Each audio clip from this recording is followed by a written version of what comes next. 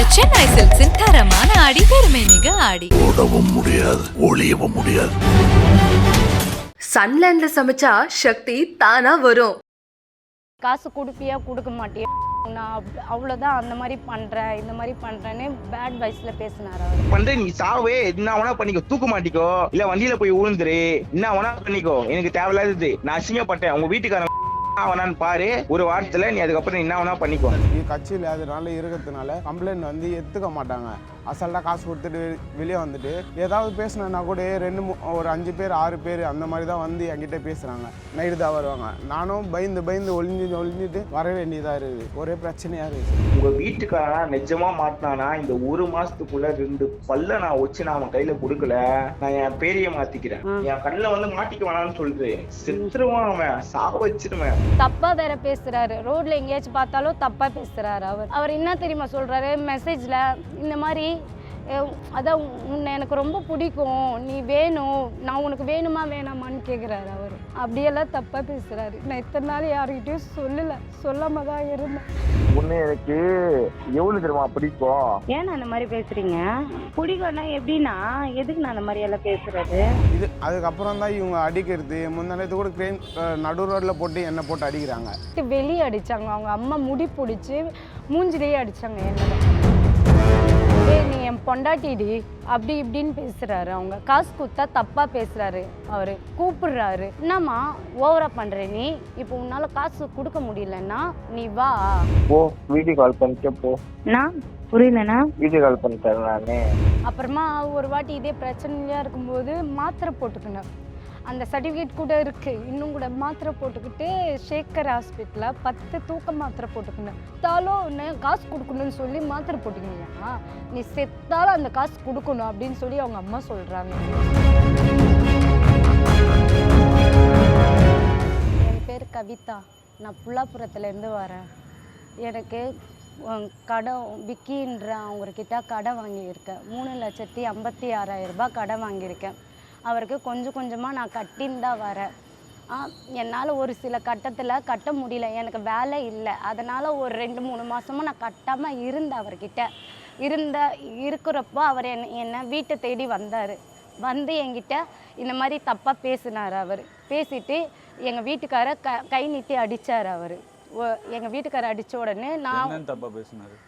இந்த மாதிரி பேசினார் சார், நீ காசு கொடுப்பியா கொடுக்க மாட்டியா, நான் அவ்வளோதான் அந்த மாதிரி பண்ணுறேன் இந்த மாதிரி பண்ணுறேன்னு பேட் வைஸில் பேசினார் அவர்.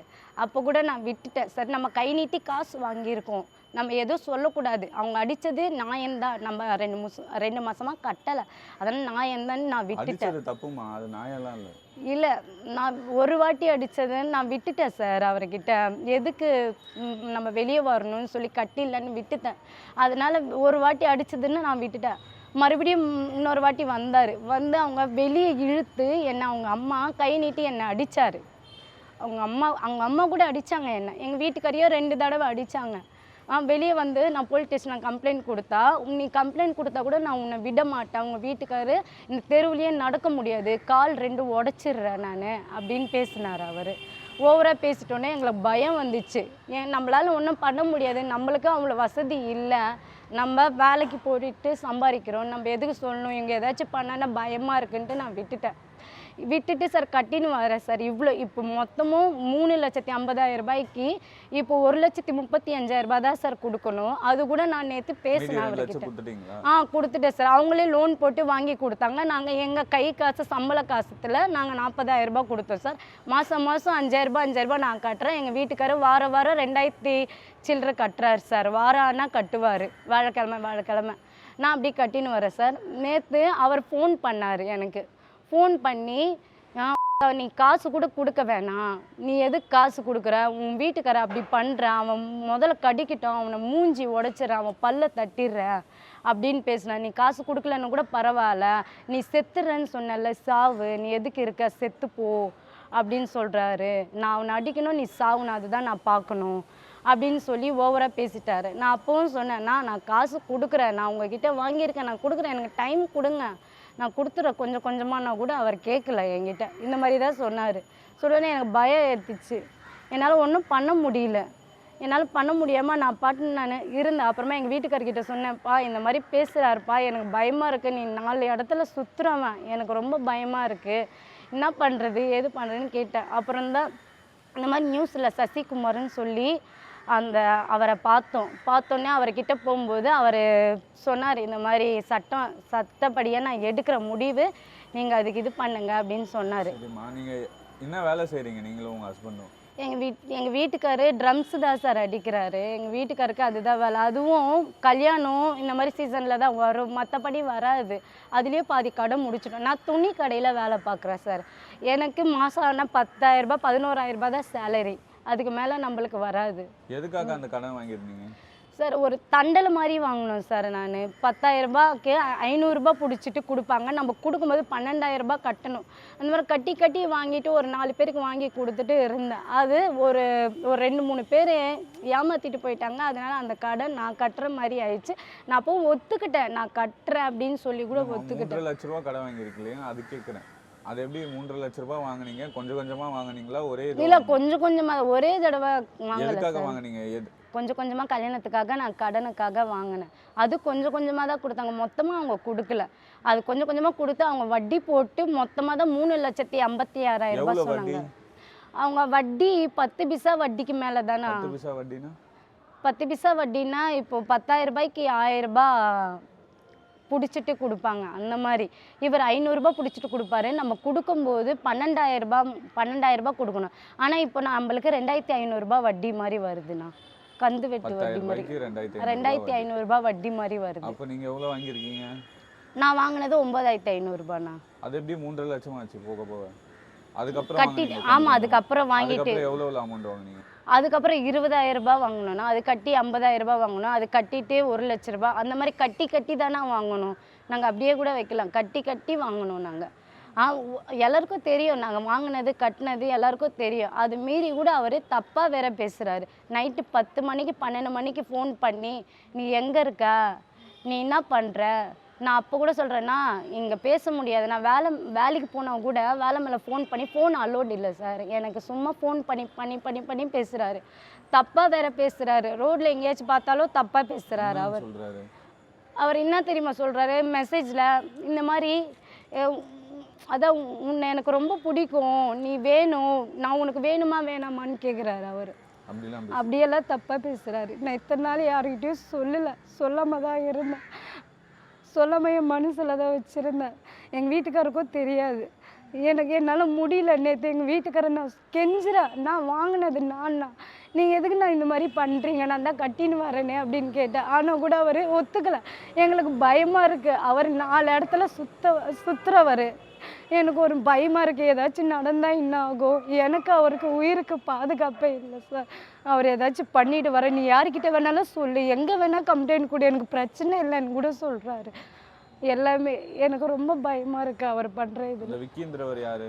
விக்கின்றவர் தண்டல் கொடுக்குறவர். அவர் சாஸ்தி நகரில் இருக்கிறாரு, தண்டல் கொடுக்குறவர். அவர் எல்லா பேர்கிட்டையும் எல்லா பெண்கள்கிட்டையும் அந்த மாதிரி தான் பேசுவார். அவர் எல்லார்கிட்டையும் ரெக்கார்டு இருக்கு, ஆனால் அவங்க வெளி காட்டுவாங்களா என்னன்னு தெரியல. ஆனால் என்னால் முடியல, அதனால நான் வெளி காட்டினேன். நான் இத்தனை நாளும் மூடி வச்சுட்டு தான் இருந்தேன். எனக்கு ஒரு சுச்சுவேஷனில் நீ பணம் குத்தாலும் உன்னை விட மாட்டேன்னு சொன்னது தான் எனக்கு பயமாயிடுச்சு. நம்ம கட்டிட்டு கூட நம்மளை விட மாட்டுறாரு. விட மாட்டாரா, நீ செத்துரு, தூக்கு போட்டு சாவு, இல்லைன்னா எங்கேயாச்சும் வண்டி கீழே விழு, எனக்கு எந்த பிரச்சனையும் இல்லை, நீ யாருக்கிட்ட கூட போ, மயிர் மாதிரி பண்ணாத மயிறு அப்படின்னு சொல்லி அசிங்கமாக பேசுறாரு. என்ன அசிங்கமா திட்டுறாரு. வீட்டுக்கு வந்து அடிக்க சொல்ல அக்கம் பக்கத்துல யாரும் கேட்கலையா உங்களை? இல்ல, வீட்டுக்கு வந்து அடிக்க சொல்ல வீட்டில் அடிக்கல சார், ரோட்ல கேஎம்சி கிட்ட அடிச்சாரு. வீட்டில் கூட அடிக்கல, கேஎம்சி கிட்ட அடிச்சாரு. என்னதான் வீட்டு வெளியே அடிச்சாங்க. அவங்க அம்மா முடி பிடிச்சி மூஞ்சிலேயே அடிச்சாங்க. என்னதான் எப்போ? அது ஒரு 5 மாசத்துக்கு முன்னாடி. நீ இப்போ கூட மிரட்டுறாங்க, நீ அடிச்சாதான் காசு தரேன், நீ அடிச்சாதான் காசு தரேன், நாங்கள் கட்டுறோம் காசு, ஆனால் கட்டலன்னு சொல்லி போய் சொல்றாங்க அவங்க. நீ அதுக்கு எந்த ப்ரூஃபும் இல்லை. ப்ரூஃப் இல்லை சார், ஆனால் இருக்குது சார் ப்ரூஃபு. நாங்கள் ஒரு 5 பேர்கிட்ட ப்ரூஃப் வாங்கி கொடுத்து மகளிர் லோன் மாதிரி அவங்க அம்மா தான் வாங்கி கொடுத்தாங்க. ஒரு ரூபா கூட நாங்கள் சாப்பிடல. எங்கள் சித்தி சித்தப்பா பெரியம்மா பெரியப்பா அவங்க மேலெல்லாம் லோன் வாங்கி தந்தேன். அந்த ப்ரூஃப் இருக்குது. அந்த லோனெல்லாம் மாதம் மாதம் நான் தான் கட்டுறேன். நானும் எங்கள் வீட்டுக்காரர் சேர்த்து தான் கட்டுறோம். அந்த ப்ரூஃப் இருக்குது என்கிட்ட. இப்போது அவங்க அடிக்க சொல்ல யாருமே உங்களை ரோட்டில் கேட்கலையா? கேட்கல சார். ஏன் கேட்க மாட்டாங்க? அவ்வளோ பெரிய ஆள் அவங்க. அவ்வளோ பெரிய அவங்கள பெரிய ஆளுன்னு நம்ம நினைக்கிறோம் சார். அவங்க அவ்வளோ பெரிய ஆளுன்னு எனக்கு தெரியல. ஆனால் அவர் ஒருத்தராக வந்து அடிக்க மாட்டுறாரு, ஒருத்தராக வந்து கேட்க மாட்டுறாரு. கும்பலாக வராங்க அவங்க. அந்த கும்பலில் பயமாக இருக்குது. நான் வேலைக்கு போயிட்டு வந்திருந்தேன் சார். என்னை கூப்பிட்டாங்க அவங்க. இந்த மாதிரி பஸ் ஸ்டாண்டு கிட்ட இருக்க, நீ வா அப்படின்னு கூப்பிட்டாங்க. நான் போனேன் சார். போயிட்டு ரொம்ப கேட்டாங்க என்ன, இந்த மாதிரி காசு எங்கே அப்படின்னு கேட்டாங்க. ஆனால் இப்போ கொடுக்க முடியாதுண்ணா, நான் கொடுக்குறேன், ஒரு 5 நாள் எனக்கு டைம் கொடுங்க, நான் கொடுத்துட்றேன், மொத்தமாக முடிச்சிடுறேன்னான்னொன்னே பேசிகிட்டே இருக்கும்போது எங்கள் வீட்டுக்கார மேலே 3 அடி அடித்தாங்க. கன்னத்தில் அடித்தாங்க. எனக்கு பயமாயிடுச்சு. பயமானோடனே நான் போலீஸ் ஸ்டேஷனுக்கு போகிறேன்னு ஓடினேன் சார். ஓடிட்டேன். நான் அங்கேருந்து போலீஸ் ஸ்டேஷன் கம்ப்ளைண்ட் கொடுக்க வரைக்கும் போயிட்டேன். அப்புறமா அவங்க மிரட்டினாங்க. ஏய் அவ்வளோதான், உன்னை நீ போலீஸ் ஸ்டேஷன் போனால் சதீஷே நீ இந்த ஏரியாவில் சுற்ற முடியாது, உன் காலை உடச்சிருவேன், நீ எப்படி இருப்பேன்னு பாரு அப்படின்னு சொல்லி ஒரு 4 பேர் வந்து மிரட்டினாங்க. அவங்க தம்பியும் வந்து மிரட்டினார். அவங்க தம்பி கூட பேசி மிரட்டினார் அவர் கூட. கம்ப்ளைண்ட் கொடுக்கல, வந்துட்டேன் நான். அங்கிருந்து வந்துட்டேன் நான். கம்ப்ளைண்ட்டை கொடுக்கல நான். வந்துட்டு பேசினேன். எதுக்கு இந்த மாதிரி அடிக்கிறீங்க, நீங்கள் காசு கொடுத்தா அடிப்பீங்களா, அடிக்காதீங்க, நான் தான் கொடுக்குறேன்னு சொல்கிறேனே, அந்த மாதிரி அடிக்காதீங்க அப்படின்னு சொன்னேன். அப்போ கூட கேட்கல அவங்க போட்டு அடிச்சுட்டு அவங்க பாட்டுன்னு போயிட்டாங்க. அதுக்கப்புறம் வட்டி காசு கொடுத்தீங்களா? கொடுத்துட்டோம். வட்டி காசு கொடுத்தோம் நாங்கள். காசு உங்களை எப்போ அடிச்சாங்க? எனக்கு என்ன ஒரு 5 மாதத்துக்கு முன்னாடி அடித்தாங்க சார். வந்தாங்க. நான் லோன் கட்டணும் சார். நான் வேலைக்கு 2 மாதமாக போகல. எனக்கு இன்னும் சம்பளம் வரல. சம்பளம் வந்தோன்னே கொடுக்குறேன்னு சொன்னேன். அன்றைக்கி நைட்டு கொடுக்க வேண்டியது காலைல வந்து என்னை அடித்தாங்க சார். அவங்க காலைல 6 மணிக்கு வந்தாங்க சார். கதவு திறந்தேன் சார். வந்தோடனே எங்கடி உனக்கு காசு எங்கடி அப்படின்னு கேட்டாங்க சார். நான் சொன்னேன், ஆண்டி கொடுக்குற ஆண்டி, கொஞ்சம் வெயிட் பண்ணுங்க ஆண்டி அப்படின்னு சொன்னேன். நீ கொடுக்க மாட்டேன்னு சொல்லி அவங்களும் அவங்க சின்ன பையனும் 2 பேரும் வந்து வீட்டாண்ட என்னை கை நீட்டி அடித்தாங்க. 2 அவர் அடிக்கல, அவங்க அடித்தாங்க. என்னை கை நீட்டி அடித்து 3 அடி அடித்தாங்க. முடி பிடிச்சி இழுத்து, துணி பிடிச்சி இழுத்து அடித்தாங்க. என் வீட்டு வாசலையே அடிச்சுட்டு, இதோட அவ்வளோதான் உனக்கு, இனிமேல் நீ கொடுக்காம இருந்தால் உன்னை தினைக்கும் நான் அடிப்பேன், நான் அடித்து தான் வாங்க, நீங்கள் அடித்தா நீ காசு தருவேன் அப்படின்னு சொல்லி மிரட்டினாங்க என்ன. அதுக்கப்புறம் நைட்டு ஃபோன் பண்ணார் அவர். நைட்டு ஃபோன் பண்ணி நான் பேசினேன் எடுத்து. என்னண்ணா சொல்லுங்கண்ணா அப்படின்னு கேட்டேன். என்னம்மா ஓவராக பண்ணுற நீ, இப்போ உன்னால் காசு கொடுக்க முடியலன்னா நீ வா, என்கிட்ட பேச மாட்டியா, நீ எங்கே இருக்க, நீ வீடியோ கால் பண்ணு, உங்ககிட்ட பேசணும், நான் உன்னை லவ் பண்ணுறேன், உங்ககிட்ட நான் கல்யாணம் பண்ணிக்கணும்னு தோணுது, நான் பேசணும் உங்ககிட்ட அப்படின்னு சொல்லி ஒரு மாதிரியாக பேசுகிறார் அவர் என்கிட்ட. நான் கடனை தான் கொடுங்க. நான் அப்போதுக்கு சொல்கிறேன், அண்ணா நீங்கள் அண்ணா வேணும்னா அந்த மாதிரி பேசாதீங்கண்ணா என்கிட்ட, நான் உங்கள் அண்ணா மாதிரி தான் நான் உங்ககிட்ட பழகுறேன், நீங்கள் எதுக்குண்ணா அந்த மாதிரி பேசுகிறீங்கன்னா, அண்ணா மாதிரி பழகுறத நீ அண்ணா கூப்பிடாத, நீ எதுக்கு அண்ணா கூப்பிடாத நீ, நான் அண்ணா தான் நான் கூப்பிடுவேன், நீங்கள் எதுக்குண்ணா அந்த மாதிரி பேசுகிறீங்க, பேசாதீங்கண்ணா என்கிட்ட அந்த மாதிரி, நான் அண்ணா மாதிரி தான் பழகுறேன்னா. அவருக்கு என் அண்ணான்னு உறவு தெரிய மாட்டேங்குது. அவருக்கு என் உடலுக்காகவும் அதுக்காக தான் அவர் வராரு. தப்பாக வேற பேசுகிறாரு, தப்பாக வேற இது பண்ணுறாரு. குடித்தாலும் 10 தடவை ஃபோன் பண்ணுறாரு. நைட்டு 12, 1 கூட பார்க்க மாட்டுறாரு. அத்தனை தடவை ஃபோன் பண்ணி டார்ச்சர் பண்ணுறாரு என்ன. என்னால் இருக்க முடியல. அவர் ஃபோன் பண்ணும்போது யாருக்கிட்டேயும் சொல்ல முடியல என்னால். சொன்னாலும் நம்மளை தான் தப்பாக பேசுவாங்கன்னு சொல்லலை. நான் இத்தனை நாளாக மறைச்சிட்டு தான் இருந்தேன். என்னால் முடியாமல் தான் ஒரு கட்டத்தில் இருக்கும்போது தான் அப்புறமா தான் எங்கள் வீட்டுக்காரர்கிட்ட சொன்னேன் 2 நாளுக்கு முன்னாடி, இந்த மாதிரி பண்ணுறாருப்பா, நான் என்ன பண்ணுறதுப்பா அப்படின்னு சொன்னேன். அப்புறம் தான் அவர் சொன்னார், நம்ம இந்த மாதிரி கம்ப்ளைண்ட் கொடுத்துடலாம், வெயிட் பண்ணு அப்படின்னு சொன்னார். அவர் தான். நீங்கள் ஆரம்பத்தில் கம்ப்ளைண்ட் கொடுத்துருக்கலாம்ல? இல்லை, பயமாயிடுச்சு சார். ஆரம்பத்தில் கம்ப்ளைண்ட் கொடுக்க தான் போகணும். அவங்க என்ன சொன்னாங்க, நீ எங்கே வேணாலும் கம்ப்ளைண்ட் கொடு, நாங்கள் காசு கொடுத்து கூட வெளியே வந்துடுறோம் அப்படின்னு சொல்லி மிரட்டினாங்க என்ன. அதனால் நம்மளுக்கு எதுவுமே இல்லை. அப்பா அம்மாவும் சரியில்லை. அப்பா அம்மா என்ன பண்ணுறாங்க? அப்பா கொழுத்து வேலை செய்கிறாரு, அம்மா வீட்டில் தான் இருக்காங்க. அவங்க சரியில்லை. நம்மளுக்கு எந்த பாதுகாப்பையும் இல்லையே, நம்ம எப்படி பண்ணுறது, நம்ம கம்ப்ளைண்ட் கொடுத்தாலும் எடுப்பாங்களா எடுக்க மாட்டாங்களான்னு சொல்லி ஒரு இது. அதனால நான் கொடுக்கல கம்ப்ளைண்ட்டு. எனக்கு யாரும் தெரியல கொடுக்கறதுக்கு கூட. இத்தனை நாள் சும்மா இருந்தேன் சார். சரி எவ்வளோ பொறுத்து கூட இருந்தேன். நேற்று ஃபோன் பண்ணும்போது தான் எனக்கு இன்னும் பயமாயிடுச்சு. காசு கொடுக்கறது 1,35,000 அதுக்கு எங்கள் வீட்டுக்காரர் விட மாட்டாரா, நான் தூக்கு போட்டு சாவணுமா, நீ சாவணும், நீ இருக்கக்கூடாது, செத்துரு, அந்த பையனை பல்லெல்லாம் உடைச்சிடுறேன், அவன் என் முன்னாடி நிற்கக்கூடாது அப்படின்னு சொல்லி பேசுகிறாரு. அவன் வரட்டும், அவனை கூப்பிடு, நான் என்ன பண்ணுறேன் பாரு அப்படின்னு என்ன தேவையில்லாத வார்த்தையெல்லாம் பேசுகிறாரு. உங்களுக்கு ஹெல்ப் பண்ண யாரும் இல்லையா? ஹெல்ப் பண்ண யாருமே இல்லை சார். நாங்கள் வேலைக்கு போனால் தான் எனக்கு வேலை. அப்போது கொஞ்சம் கொஞ்சமாக எங்கள் மாமியார் கூட கொடுத்துட்டு இருந்தாங்க அவங்க சம்பளத்தில். எங்களுக்கு யாருக்குமே வேலை கூட இல்லை. மாதம் 10,000 வாங்குகிற சம்பளத்தில் தான் நாங்கள் கொடுத்துட்டு இருந்தோம். அதுவும் 3 லட்ச ரூபாய்க்கு மேலே இருந்தாலும் கொடுத்துட்டோம். நாங்கள் இன்னும் இவ்வளோ தான் கொடுக்கணும். அதுக்கு அவ்வளோ மிரட்டுறாரு. காலையில் கூட ஃபோன் பண்ணி அவங்க அம்மா பேசுகிறாங்க. ஆமாம், என் பையன் சொன்னதில் என்ன தப்பு இருக்குது, அடிக்கலன்னா அடிப்பாந்தா, பல்ல உடைப்பாந்தா, நீங்கள் காசு கொடுத்தாதானே அப்படின்னு பேசுகிறோம். ஆனால் நாங்கள் எவ்வளோ காசு கொடுத்துருக்கோன்னு அவங்களுக்கும் தெரியும், எங்களுக்கும் தெரியும். நான் எல்லா ரெக்கார்டும் வச்சுருக்கேன், அவங்களுக்கும் தெரியும், எனக்கும் தெரியும். நான் கொடுத்தது கொடுக்காதது எல்லாமே தெரியும். ஆனால் கூட அவங்க அப்படி பேசுகிறாங்க. அவங்க பையனுக்கு சப்போர்ட்டாக தான் பேசுகிறாங்க. நான் அவங்க பையன் பேசும்போது அவங்க அம்மா கிட்ட சொன்னேன், இந்த மாதிரி பேசுகிறாங்கன்னா அவங்களும் அந்த மாதிரி தான் பேசுகிறாங்க. எங்களுக்கு என்ன பண்ணுறது ஏது பண்ணுறது ஒன்றும் புரியல. இவங்க எல்லாருக்கிட்டையும் வட்டி கொடுத்துட்டு இதே மாதிரி தான் பண்ணுறாங்களா? ஆமாம், அந்த தெருவில் பொம்பளை பசங்கள்கிட்டையும் அந்த மாதிரி தான் பேசுகிறாரு. ஒரு சில பேர்கிட்டையும் அந்த மாதிரி தான் பேசுகிறாரு. ஏய் நீ என் பொண்டாட்டிடி அப்படி இப்படின்னு பேசுகிறாரு. அவங்க காசு கொடுத்தா தப்பாக பேசுகிறாரு. அவர் கூப்பிடுறாரு. அந்த குடிச்சா அவருக்கு என்ன ஆகுதுன்னு தெரியல. அந்த ஏரியால ஒருத்தர் கூட கேட்க மாட்டாங்க காசுக்கு. ஒருத்தர் கூட கேட்குறாங்களா கேட்க மாட்டாங்களே தெரியல சார் எனக்கு. ஆனால் நான் என்கிட்ட பேசும்போது என்ன ஒரு மாதிரி பேசினப்போ எனக்கு வலிச்சிச்சு. அதனால் என்னால் முடியல. நாங்கள் வேலைக்கு போகிறோம் சார். எங்களை ஏதாச்சும் பண்ணாருன்னா எனக்கு பயமாக இருக்குது. அவர் 10 இடத்துல வேலைக்கு போவார். அவர் மோளை வாசிக்கிற வேலை, எங்கே நடந்தாலும் மோளை வாசிப்பார். இப்போ அங்கே ஆளுங்க வச்சு ஏதாச்சும் அடித்தா சொன்னார். அது கூட நீ எங்கேயும் மோளை அடிக்க முடியாது, எங்கேயும் பண்ண முடியாது, நான் என்ன பண்ணுவேன் பாரு அப்படின்னு சொன்னார் அவர். அதனால் பயமாகிடுச்சு. எனக்கு ரொம்ப பயமாக இருக்குது. ஏதாச்சும் பண்ணிட்டு வரோன்னு சொல்லி தான் இத்தனை நாள் கம்ப்ளைண்ட் கொடுக்கல. இதுக்கு மேலே ஓவராக போகுதுன்னு சொல்லி தான் சார் கம்ப்ளைண்ட் கொடுத்தோம் நாங்கள். வட்டி வட்டி அதிகமாக வாங்குறது 10 பைசா வட்டிக்கு வாங்குறாங்க சார். அவங்க வாங்குறது இல்லாமல் கொடுக்குற போது ஒரு மாதிரியே கொடுக்குறாங்க. அது கேட்டு வாங்குறது பல வார்த்தை சொல்லி வாங்குறாங்க. நாங்கள் கட்டினாலும் கட்டாத மாதிரி பேசுகிறாங்க அவங்க. அந்த மாதிரி கொச்சப்படுத்தி பேசுகிறாங்க. ரோட்டில் 10 பேர் இருந்தாலும் 10 பேர் எதிர்க்கவோ பேசுகிறாங்க. அப்படி அந்த மாதிரி கொச்சப்படுத்தி இந்த மாதிரி அதிக வட்டி கடன் வாங்கினா, கடன் வாங்குறவங்க கீழ்த்தனமானவங்களா சார்? அந்த மாதிரி கீழ்த்தனமாக பேசக்கூடாது சார். ஏதோ ஒரு கஷ்டத்துக்கு தான் நம்ம கடன் வாங்கியிருக்கோம். நம்ம வாங்கலன்னு சொல்லி எல்லாருமே கடன் பட்டு தான் இருக்கிறோம். ஆனால் அந்த மாதிரி பேசக்கூடாது. கடன் ஒரு வாங்கின இடத்துல கொடுக்குறதுக்கு மனசு வரோம்ல, நாங்கள் கொடுத்துட்றோம். ஆனால் அந்த மாதிரி பேசக்கூடாது. அந்த மாதிரி தப்பாக பேசுகிறாங்க அவங்க. எங்கேயும் நடக்கவும் முடியல. எங்கே பார்த்தாலும் அந்த மாதிரி பேசுகிறாங்க. வட்டிக்கு வாங்கினா அந்த மாதிரி பேசணுமா? எதுக்கு அந்த மாதிரி பேசுகிறாங்கன்னு தெரியல சார்.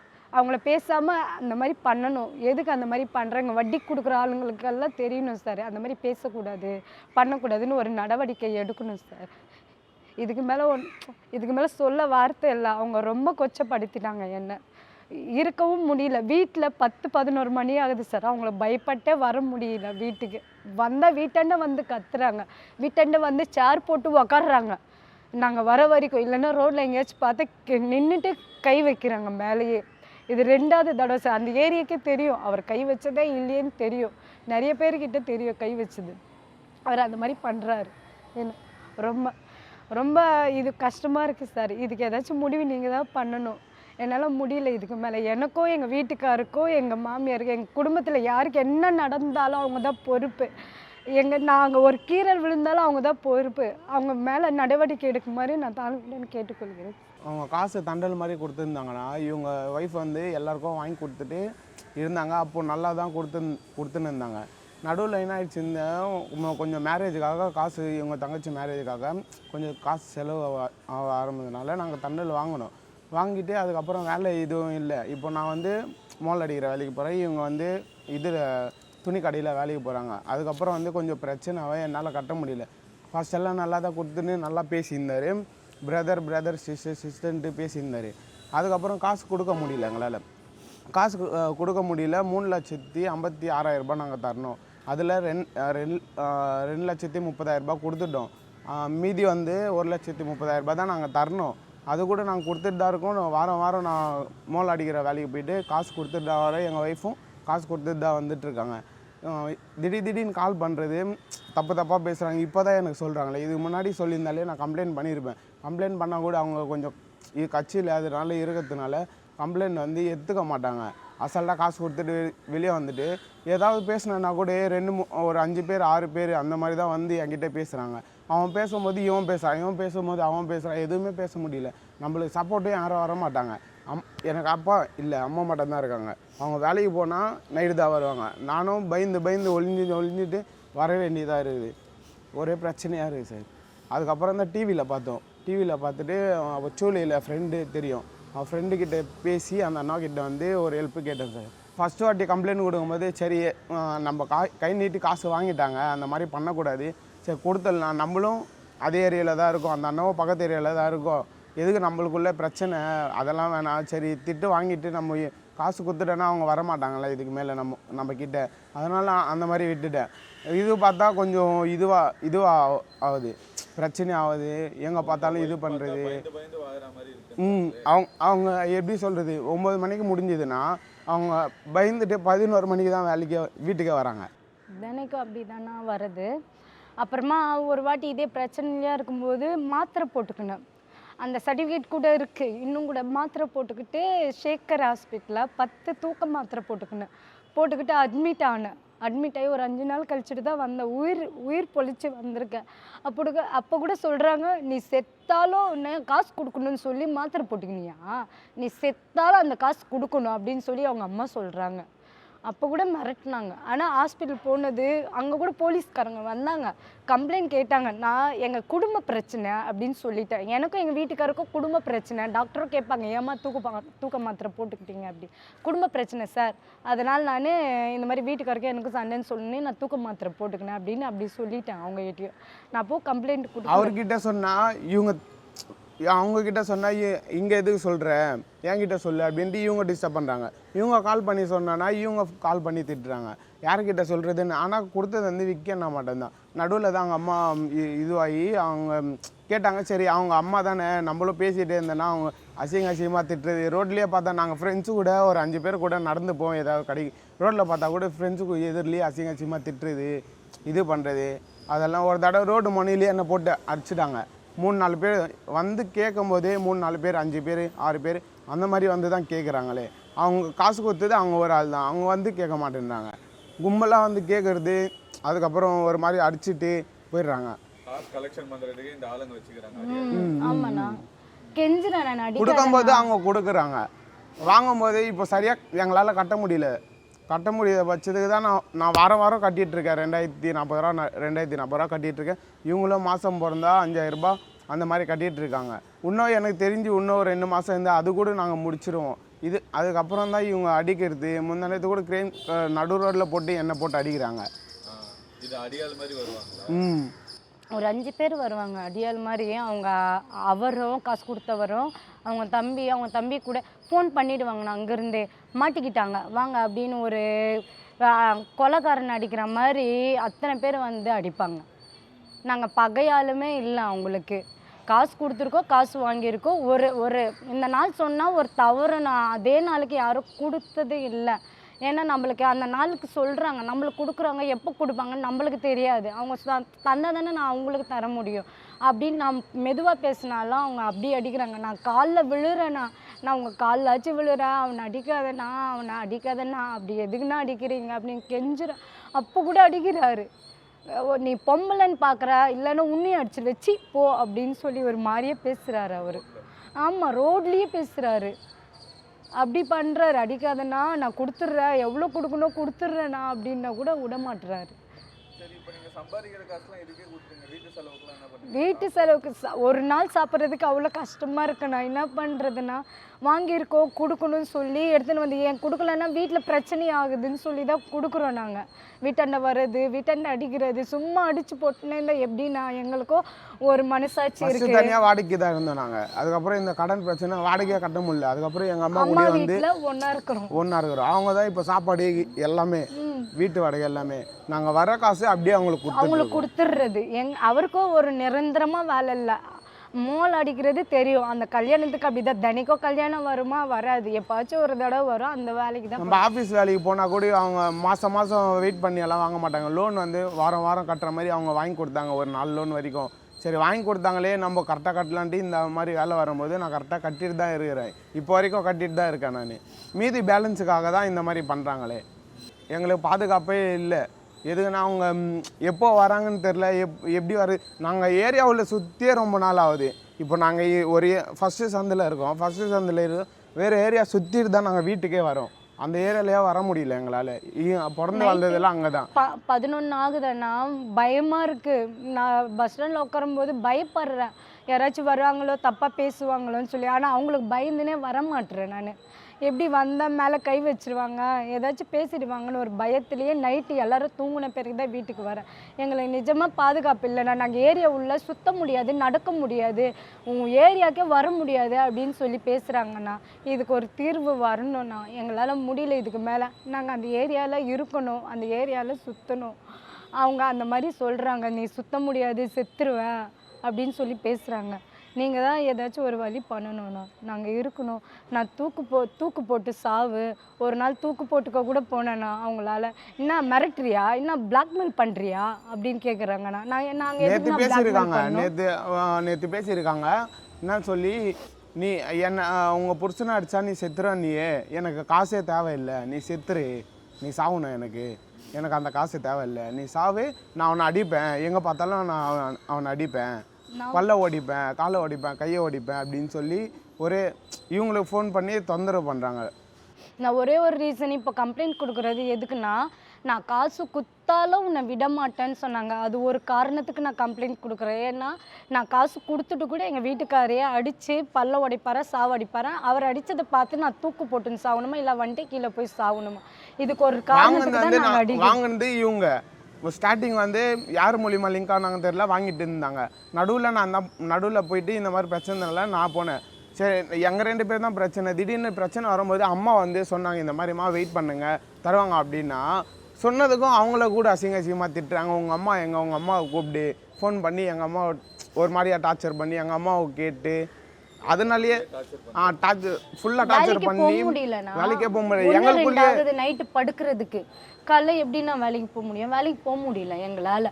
நைட்டெல்லாம் ஒரு 12-1 மணிக்குள்ளே பயமாக தான் இருக்கும். ஐயோ வீட்டை வராங்களா வாசலையே எதிர்பார்த்துன்னு இருப்போம். அந்த மாதிரி பயமாக தான் இருக்குது. மிரட்டுவாங்க, வீட்டாண்ட வந்து அடிப்பேன், எடுத்தோன்னே அடிப்பேன், ஃபோன் எடுத்தால் அடிப்பேன், நான் வரட்டும் நான் அடிக்கிறேன், அவ்வளோதான் டி மயிறு அப்படி இப்படின்னு பேசுகிறாரு. ஒரு பொம்பளை பொண்ணுக்கிட்ட பேசுகிற இதைனா அந்த மாதிரி பேசுகிறாருண்ணா. அவர் அப்படி பேசி ஒரு மாதிரியாக டார்ச்சர் பண்ணுறாரு. முடியல. அவர் பேசும்போது ஏதாச்சும் பண்ணிக்கலாமோன்னு தோணுது எங்களுக்கு. நான் ரோட்டில் சுற்றுறேன், நான் மோல் அடிக்கிறது எங்கன்னா அங்கே போவேன். திடீர்னு அவங்க ஏரியாவில் எனக்கு ஈவெண்ட் வந்தால் கூட நான் போயிடுவேன். அப்போ ஏதாவது ஆகிடுமோ, யார் என்ன பண்ணாங்களே தெரில. எதுக்குன்னா இவர் தான் மிரட்டிகிட்டு இருக்காரு. எங்கள் வீட்டுக்கே சேஃபே இல்லை, பாதுகாப்பே இல்லை. எங்களுக்கு யாருமே இல்லை சார். நாங்கள் வந்து எங்கள் அப்பா இல்லை, அம்மா மட்டும்தான் இருக்காங்க. நாங்கள் தான் ஃபேமிலியே. அவர் சிஸ்டர் தான் பழகுறாரு. நானும் சிஸ்டர் தான் பழகுறேன். ஒரு கட்டத்தில் அவர் என்னை தப்பாக என் உடம்பை நோக்கி பேசுகிறாரு. ஆனால் அவங்க அம்மா கிட்ட சொல்லலான்னு போனேன். அவங்க அம்மா என் பசங்க அந்த மாதிரி இல்லை, எங்கள் பசங்க கேரண்டி அப்படின்னு சொல்லி பேசுகிறாங்க. அவங்ககிட்ட எப்படி பேச முடியும்? ஒரு தப்பான நோக்கத்தில் தான் பேசுகிறாரு அவர். ஆனால் அந்த மாதிரி நான் பேசுகிறவல்ல, போகிறவ இல்லை. எப்போ பார்த்தாலும் குடித்தா ஃபோன் பண்ணி ஒரு நாளைக்கு 20 தடவை ஃபோன் பண்ணுறாரு அவர். சுத்தவும் முடியல, ஃபோனும் எடுக்கவும் முடியல, வேலை பண்ணவும் முடியல. அந்த மாதிரி தப்பாக பேசுகிறாரு சார் அவர். அவங்க பேசுனதெல்லாம் ரெக்கார்டு இருக்குது எங்ககிட்ட. அவங்க தப்பாக பேசுன ரெக்கார்டு இருக்குது, மெசேஜ் பண்ண ரெக்கார்டு இருக்குது. அவர் பண்ணது சரி நம்ம காமிக்கக்கூடாது, அவருக்கு ஒரு கொஞ்சம் அண்ணா மாதிரி பழகிட்டோம், நம்ம காமிக்கக்கூடாதுன்னு அவங்க இருந்துட்டாங்க இத்தனை நாள். என்கிட்ட கூட சொல்லவே இல்லை. நேற்று தான் ஏதோ பேசுனதுனால நேற்று என்கிட்ட சொல்கிறாங்க. பயந்துட்டேன் நேற்று தான். அவங்க அம்மா கிட்ட சொன்னால் அவங்க அம்மாவும் அது அவங்களுக்கு சாதகமாக தான் பேசுகிறாங்க. எனக்கும் ஒய்ஃபுக்கும் அம்மாவுக்கும் எங்கள் ஃபேமிலிக்கு எந்த பாதுகாப்பும் இல்லை சார். ஏதாவது எங்கள் பாதுகாப்பு தேடி தான் நான் டிவி பார்த்தேன்.